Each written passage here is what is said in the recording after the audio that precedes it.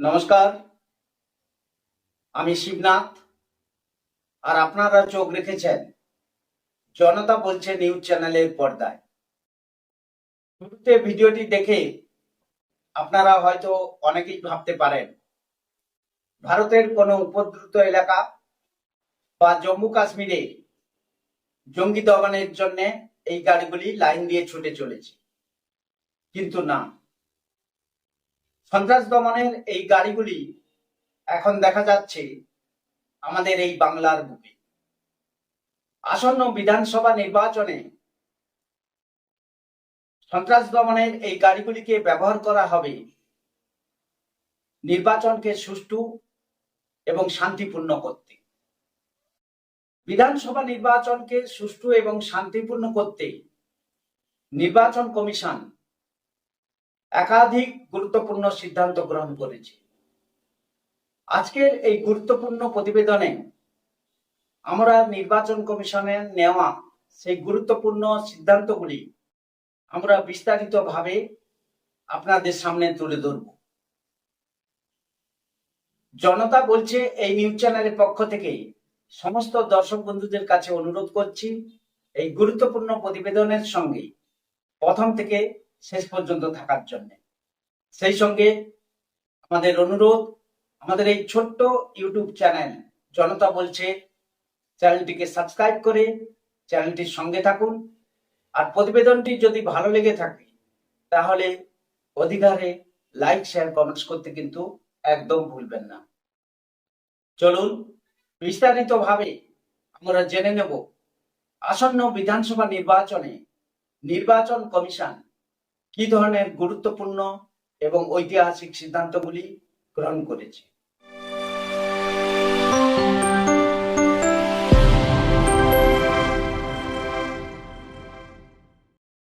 সুপ্রিয় দর্শক বন্ধুরা, পশ্চিমবঙ্গের আসন্ন নির্বাচনকে ঘিরে প্রশাসনিক প্রস্তুতি এবং নিরাপত্তা ব্যবস্থা দুই ক্ষেত্রেই নজিরবিহীন কড়াকড়ি লক্ষ্য করা যাচ্ছে। রাজনৈতিক প্রেক্ষাপটে স্পেশাল ইন্টেনসিভ রিভিশন বা বিশেষ তালিকা সংশোধন প্রক্রিয়ায় প্রসঙ্গ হালকাভাবে আলোচনায় উঠে আসছে। সেই সঙ্গে যা ভোটার তালিকায় নির্ভরতা নিশ্চিত করতে গুরুত্বপূর্ণ ভূমিকা নিয়েছে। এই সমস্ত পদক্ষেপ মিলিয়ে এবারের নির্বাচনকে এক নতুন মানদণ্ডে নিয়ে যেতে চাইছে ভারতের নির্বাচন কমিশন। এবারের নির্বাচনে প্রশাসনিক কাঠামোকে সম্পূর্ণভাবে পুনর্গঠন করেছে কমিশন। জেলাভিত্তিক নির্বাচন আধিকারিকদের পাশাপাশি প্রতিটি ব্লক ও বুথ স্তরে দায়িত্ব নির্দিষ্ট করে দেওয়া হয়েছে। সংবেদনশীল ও অতি সংবেদনশীল বুথগুলি চিহ্নিত করতে মাইক্রো লেভেল সার্ভে করা হয়েছে। প্রতিটি বুথে মাইক্রো অবজারভার নিয়োগ করা হয়েছে, যারা সরাসরি কমিশনের কাছে রিপোর্ট করবে। Flying squad, static surveillance team এবং ভিডিও নজরদারি দল 24 ঘন্টা কাজ করছে। এছাড়া ভোটের আগে একাধিক দফায় প্রশাসনিক বৈঠকের মাধ্যমে আইন শৃঙ্খলা পরিস্থিতি খতিয়ে দেখছে নির্বাচন কমিশন। নির্বাচনকে সুষ্ঠু ও অবাধ করতে কেন্দ্রীয় বাহিনীর ব্যাপক মোতায়েন করেছে এবারে নির্বাচন কমিশন। এটি কিন্তু এবারের নির্বাচনে সবচেয়ে বড় factor. CAPF, central armed police force এর একাধিক কোম্পানি রাজ্যে মোতায়েন করা হয়েছে। প্রতিটি স্পর্শকাতর বুথে কেন্দ্রীয় বাহিনীর উপস্থিতি নিশ্চিত করা হয়েছে। এরিয়া ডমিনেশন, রুট মার্চ, নাকা চেকিং এবং ফ্ল্যাগ মার্চ নিয়মিত করা হচ্ছে।